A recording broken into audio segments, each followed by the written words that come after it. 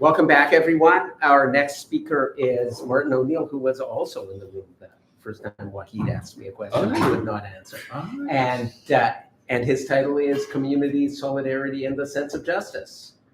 Fantastic. Thank you very much, Arthur. As I've got older now, I'm having to wear different glasses to see my computer, which maybe it's better. No, I'll do that and not see my computer and see your...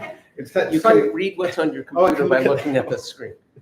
So it's a lovely honour, really, to be here. When I arrived at Harvard as a grad student in 1999, which seems like quite a long time ago now, Wahid just seemed like this established, older, wise presence within the department. And as Louis-Philippe has very accurately recounted, kind of dealing with Wahid in terms of arguing, figuring stuff out together was like a bracing experience, and one that I think it took me a little while, being, sort of reserved person from the rainy island in the North Atlantic. I wasn't quite used to this level of sort of robustness in some ways. So the wonderful thing was you very quickly saw with Wahid that the motivation was all about just being there in the shared, important, essential project together, figuring stuff out. Figuring stuff out was difficult, and that meant just trying to really get down to it and not mucking around, not just sort of being polite, but trying to really get down to things. So whenever I think about sort of arguments with discussions with Wahid, what I always imagine him saying to me is saying, the thing about you, O'Neill, is X, where X would be some, bad intellectual habit, vice of bad thinking, and I miss him enormously. It's lovely, nevertheless, to be here talking about his book, and huge respect to Nicholas and to Arthur for shepherding the book into the world. You've done us all a great service. The cover of the book, I don't know, Tina, if you remember that we had lunch in Berlin with Wahid at the end of an economic ethics conference, and you guys went off to see the Reichstag after lunch. So I was sort of, I was really moved to see the cover and to think that, when Wahid was last there, I just had a meal with him and a lovely chat with him in a random foreign city, and had sort of, had left that lunch thinking, right, there's going to be an infinite number of these stretching off into the future in random places where we meet up, and I just wish that there were. So I'm going to do now how philosophers actually pay tribute to each other, which is I'm going to now say why I think he's wrong about all sorts of things, and where I would disagree with him, and we'll try, as it were, to say things that would have generated Wahid saying, the thing about you, O'Neill, is you don't get this or that. So I'm doing something I think a little bit too ambitious, and I won't manage it very well, but that's okay. I'm among friends, so we'll see how it goes. Which is what I want to try and do, is to kind of take this book and read it against some other recent writing by Wahid. So I want to try and think about some of the ideas in this book against what he said about reciprocity and the sense of justice in a book that I co-edited with Thad Williamson on property owning democracy, and against what Wahid said in, I'm guessing, although I'll have to ask people who know better than I do, that Wahid's wonderful article pitting people against each other, I'm assuming was written after most of the material in this book. So in a way, Wahid's 2020 paper, I'm assuming, was kind of representing where his thinking was kind of quite recently. So I want to kind of read this a bit against those books. So those are the three things that I'm trying to piece together. So in Living with the Invisible Hand, the argument, as we've heard today, is that an intermediated market economy can deliver on reason sensitivity, transparency, and trustworthiness, and can create a justifiable form of market economy consistent with the Kantian idea of mutual respect. The argument of Waheed's 2012 paper, Nurturing the Sense of Justice, is about the idea of reciprocity in creating conditions for the stability of a just society, a just economy, through generating a widely shared sense of justice. And Waheed's late paper, Pitting People Against Each Other, it's about the assessment of economic systems and how they can be unjustifiable when they create estrangement between citizens through structuring forms of competition that undermine community and solidarity. So my puzzle is, can all of these things fit together or not? Or how can we read the book in light of those? So what I want to start with is to go back to Waheed's arguments about reciprocity and nurturing the sense of justice in this handsome volume still available from all good bookshops at a reasonable price. So Waheed's account of reciprocity and the sense of justice is presented there in the context of his defense of a particular interpretation of Rawls's idea of a property-owning democracy. So for those not sort of deep into all this stuff, a property-owning democracy is a kind of egalitarian private property market economy with a very broad dispersal of ownership of productive capital. So in this article, Waheed defends a form of what he calls democratic corporatist POD, property-owning democracy, over an alternative, what he takes to be the kind of, I suppose, the sort of vanilla version of POD, a liberal market property-owning democracy. So the democratic corporatist POD, I think, has a lot in common with the form of intermediated market economy defended in Living with the Invisible Hand, albeit that the former has more emphasis on an egalitarian distribution. But I think in terms of the structure of intermediation through secondary institutions, that's common between the two. But one thing that struck me rereading the 2012 argument is whether there are the resources in that view for the defense of what would be a less market-based economic regime than the regime defended in the recent book. So the basic argument of the 2012 paper is that a just social arrangement has to be stable for the right reasons. Stability for the right reasons requires that citizens internalize the shared sense of justice that leads them to support and uphold just institutions over time. So just institutions should appeal to citizens as both rational and reasonable, right? Their affiliation to just institutions shouldn't be merely strategic.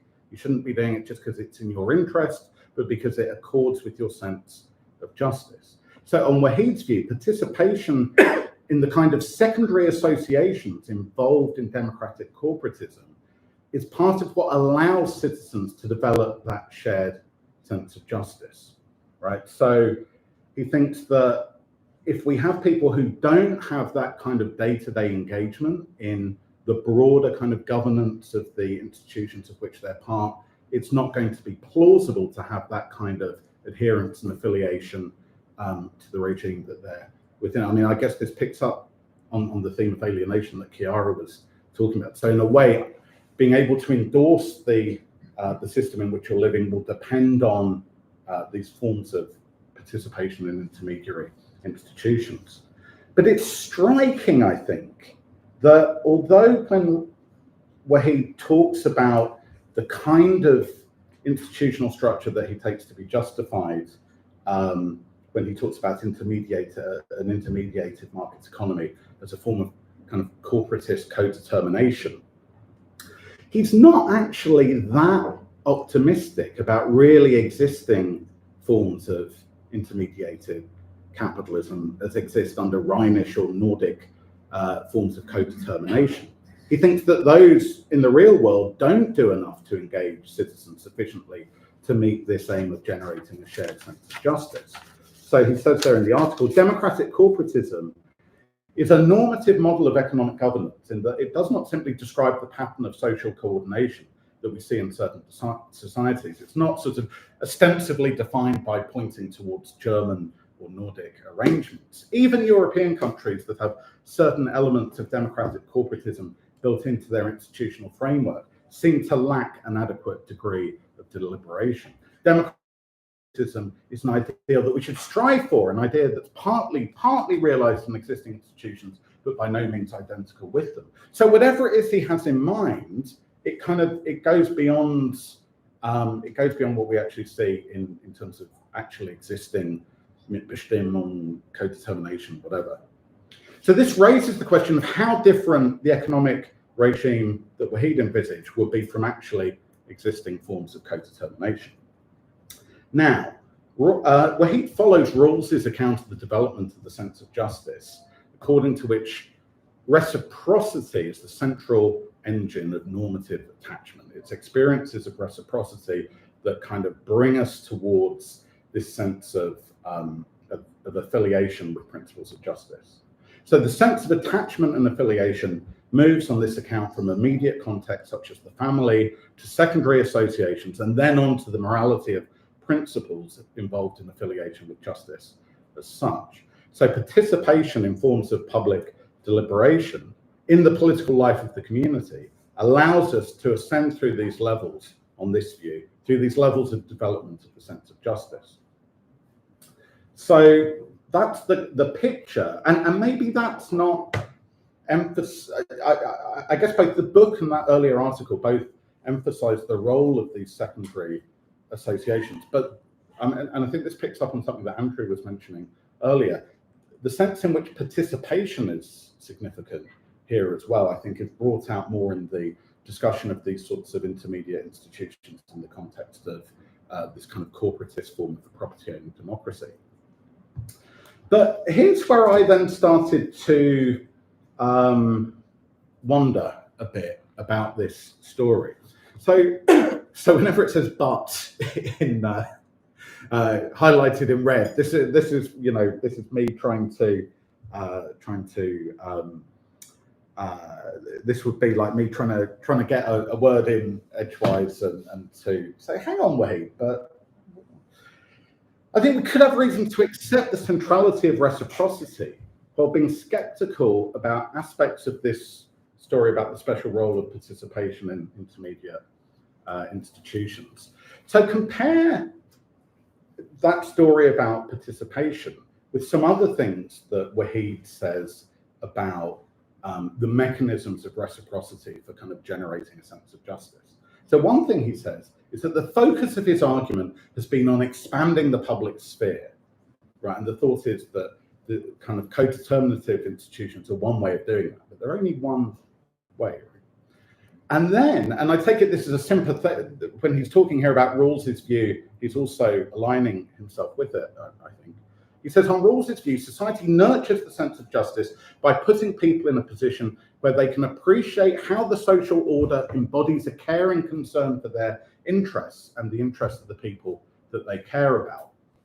So that's two things there. So if you want to build a sense of reciprocity, create the preconditions for a well-functioning sense of justice, you need a society that's good at expressing care and concern, and you need an expansive public sphere. So I wonder whether there are the materials there in Wahid's Rawlsian discussion of reciprocity and the sense of justice to carry us then to a somewhat different conclusion on how societies might best generate that.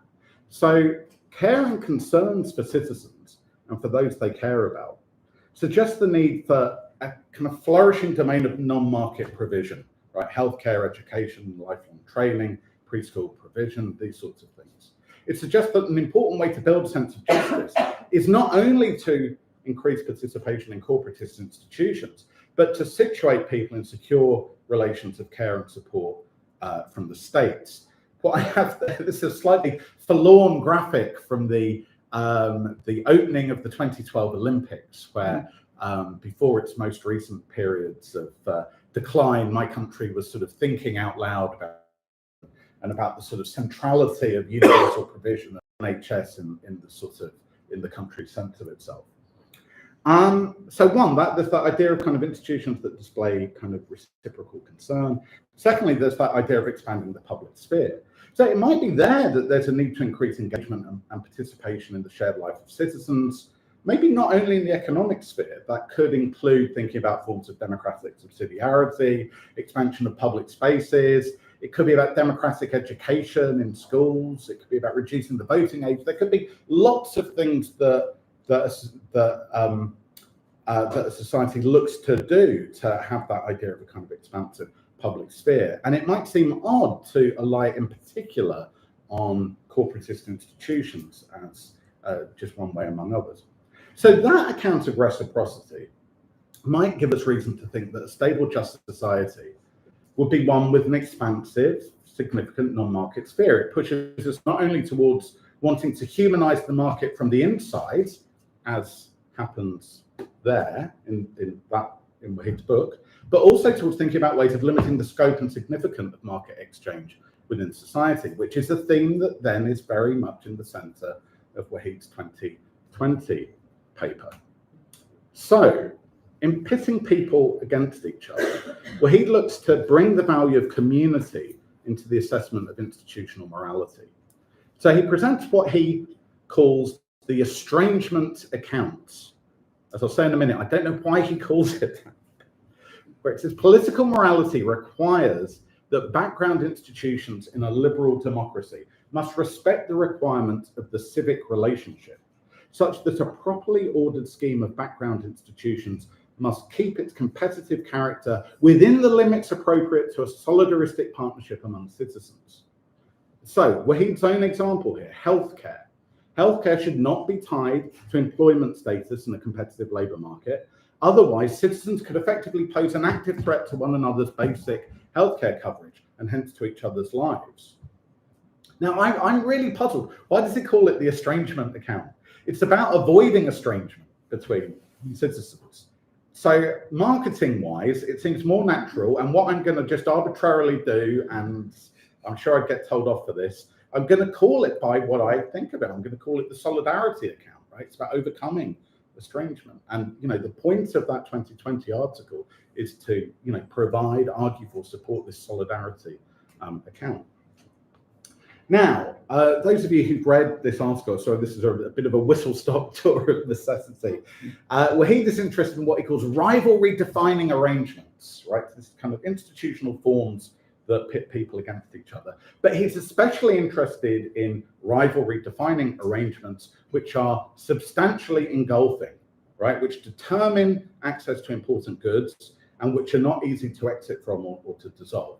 So clearly the basic structure of society in Rawls's terms, including the main features of the economic system, counters substantially engulfing. If anything is substantially engulfing, those are substantially engulfing. Right?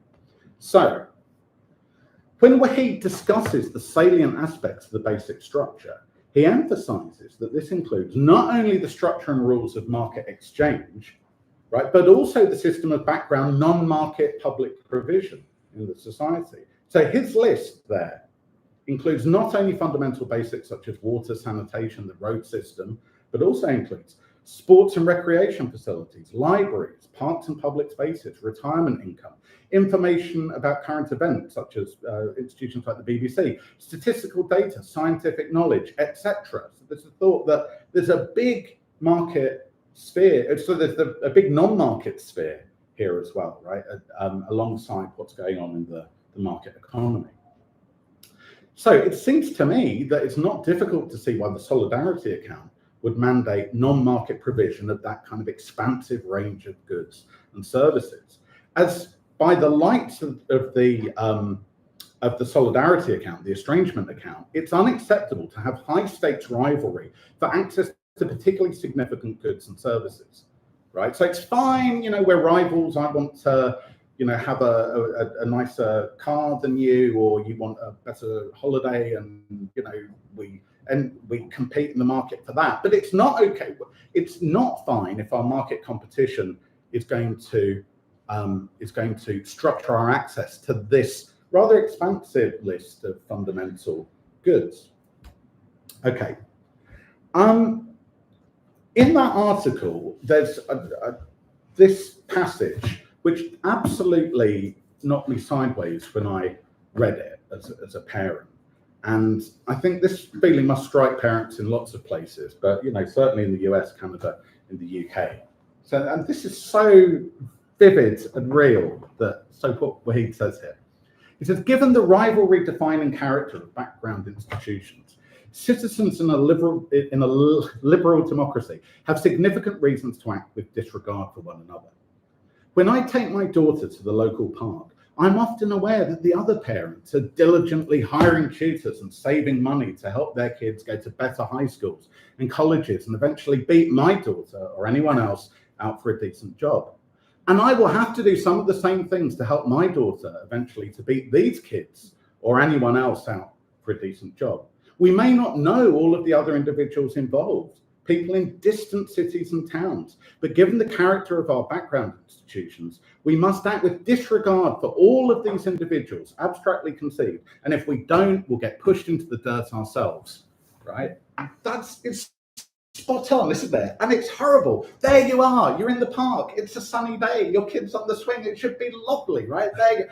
And looming behind you is the horror that we've constructed, that we've sort of imprisoned ourselves in, where actually how these lives are going to go is all this horrible, nasty kind of Hunger Games nonsense. And it doesn't have to be like that. We could have had it differently, and we've not figured out yet how to do that. It's a powerful thought. This wonderful passage, I think, gets to the heart of the way in which an unjustifiable economic system can distort our relationship to one another. Our economic institutions prevent us standing in relations of solidarity with one another, both with the physical, actual people there in the park and the abstract others in other parks elsewhere. So, what would a society look like that overcame some of these pathologies? Now, Waheed's own answer, like 2 examples from the article, he imagines a different approach to higher education. A state-funded, less competitive system of higher education, where access to higher education institutions, it's more like passing a driving test, right? You you meet the requirement and then you go to the local one, or you go wherever, where we get rid of all this, this kind of pyramid of competition. And then again, he comes back to the significance of free universal healthcare. Okay, so the view in nurturing the sense of justice, justified solidaristic non-market institutions via their capacity to instantiate forms of reciprocity, right, that then develop citizens' sense of justice, which is required for stability for the right reasons. So that's quite that's a more sort of roundabout justification, right? But the argument of pitting people against each other justifies these sorts of solidaristic non-market institutions much, much more directly.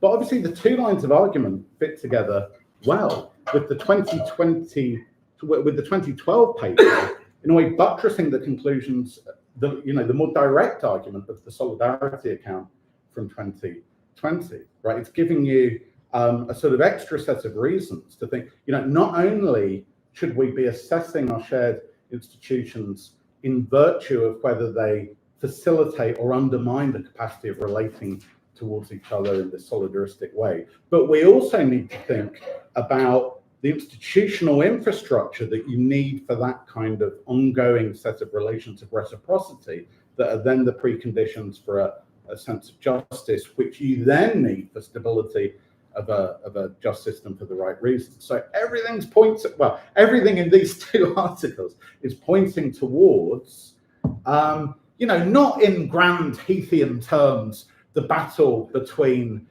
capitalism, big C, socialism, big S, right? But just thinking, no, these are like mixed economies, but this is pointing towards a kind of society with a much bigger non-market sphere, with meaningful, significant institutions that decommodify, right? That pull certain kinds of goods out of market exchange, but then, there's still consumer markets, there's still, we're not, this isn't a battle of these sorts of these kind of broader headings. Okay, so I'm claiming this sort of radical social democratic Waheed position from these 2 articles. How does it fit with the argument of this book that's putting a lot of weight on co-determination per se, like where this is about humanizing the market economy from the inside rather than thinking about constraining the market economy within a broader setting. So, on the view in Living with the Invisible Hand, Waheed makes, as we've heard, a powerful case for the virtues of advanced market economies, while also showing the advantages of an intermediated market arrangement with these two features. So it has a limited number of secondary associations to represent the perspectives of major segments of the population in various rulemaking forums, and it has a process of deliberation and reasoned agreement among the relevant associations in appropriately situated rulemaking forums. Now, I think we could have good reason to accept Waheed's central argument in showing, some of the norms of Anglo-American capitalism. And, the case there might be over to CEO compensation or, the division of the surplus between capital and labor, or, there might be a few, no worries. There might be a few ways in which we think that's better. But, and here's where I'm less sure, corporatist co-determination does not allow firms to escape the pressures of capitalist competition. I mean, again, I guess this was a point that Joe was making. People are still pitted against each other in many respects, and here also I think there's tensions between some of the best advantages of high-level corporatist co-determination.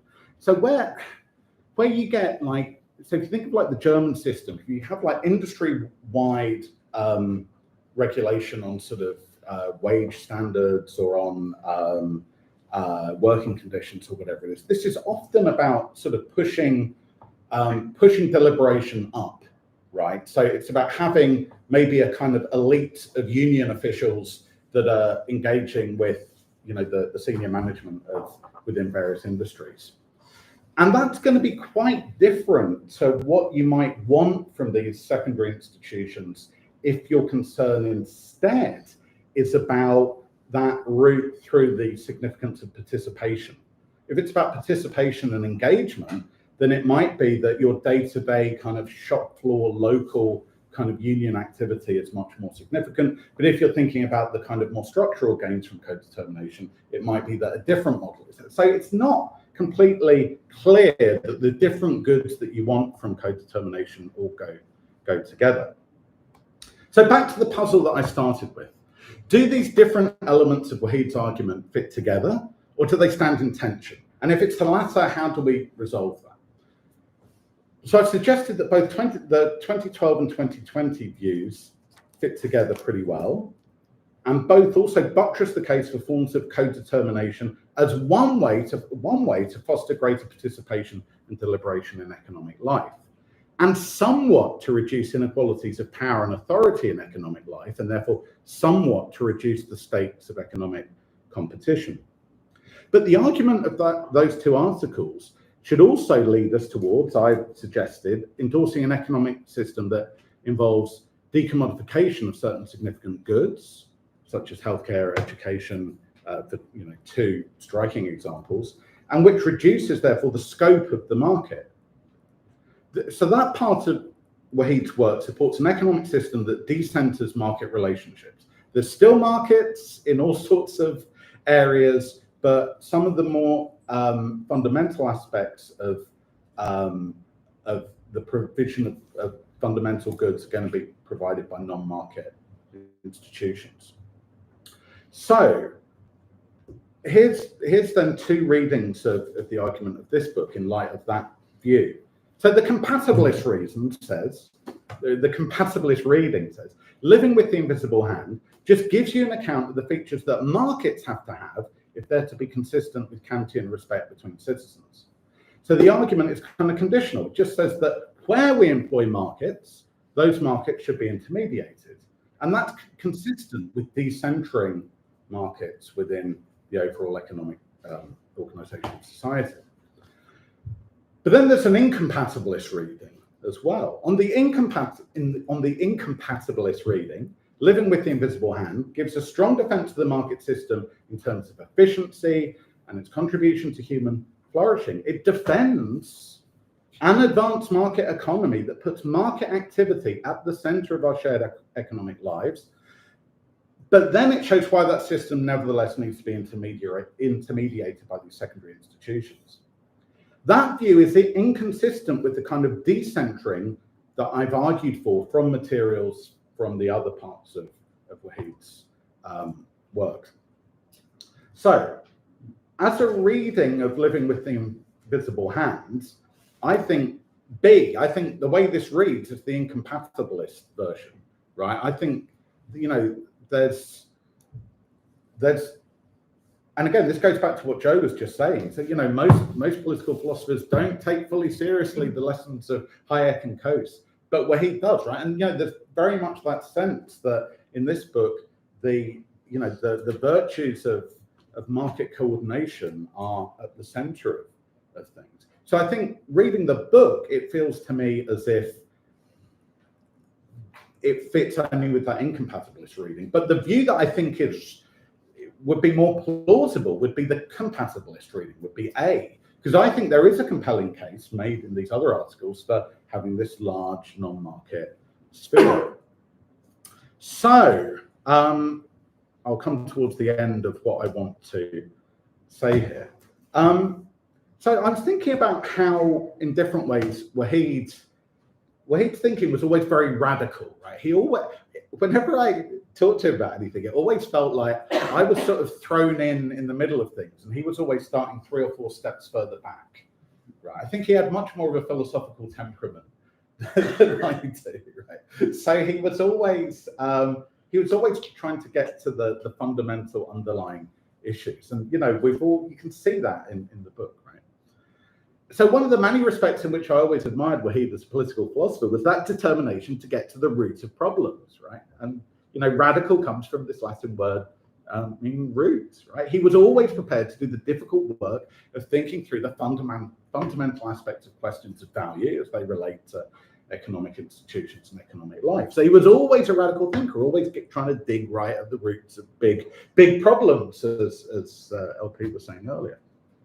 But in terms of the substantive content, I think we've got a tricky, challenging, strange puzzle here to kind of work through collectively. So it seems to me that Living with the Invisible Hand, it's a radical re-examination of these conceptual and normative issues relating to markets and corporations, human freedom, that reaches in the end a kind of ameliorative political conclusion.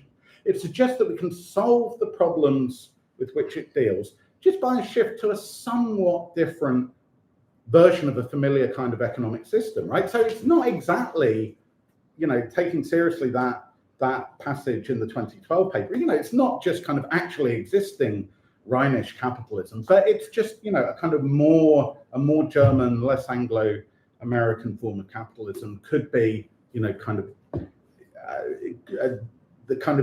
best accessible system for us. But I think when we read the kind of broader corpus of Waheed's work, we're actually brought towards really a much more radical set of political conclusions. So the world envisaged in nurturing the sense of justice to some degree, but especially the world envisaged in pitting people against each other, the world demanded, if we're going to satisfy the solidarity account, is much, much further from what currently exists and the kind of intermediated market arrangements defended in that book.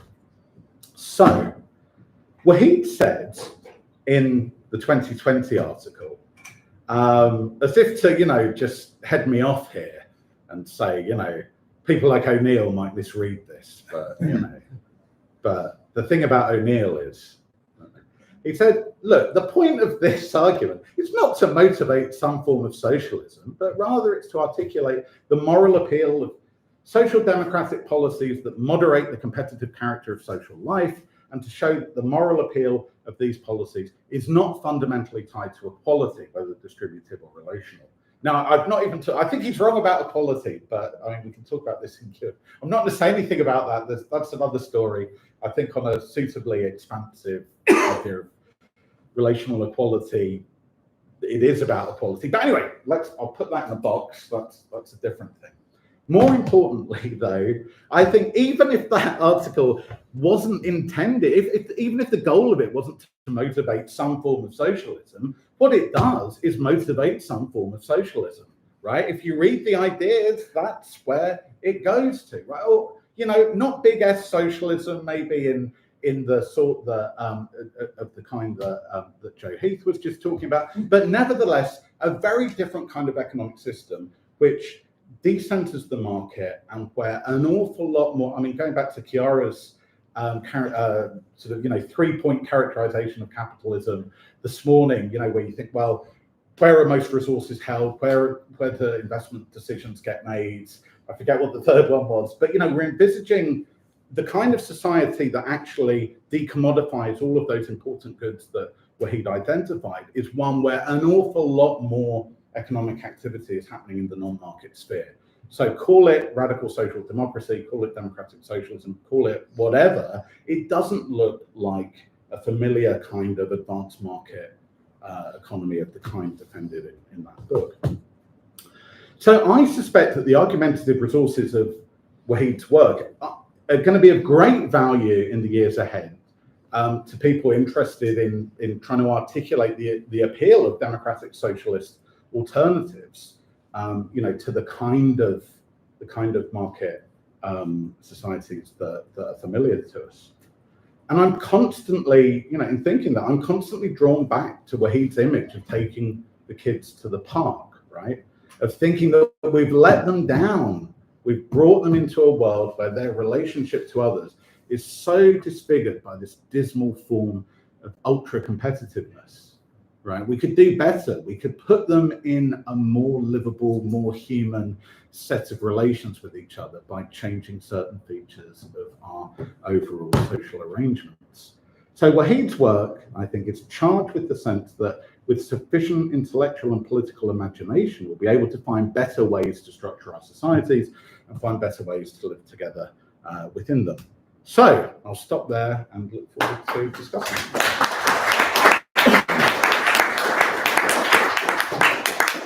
Thanks so much, Martin.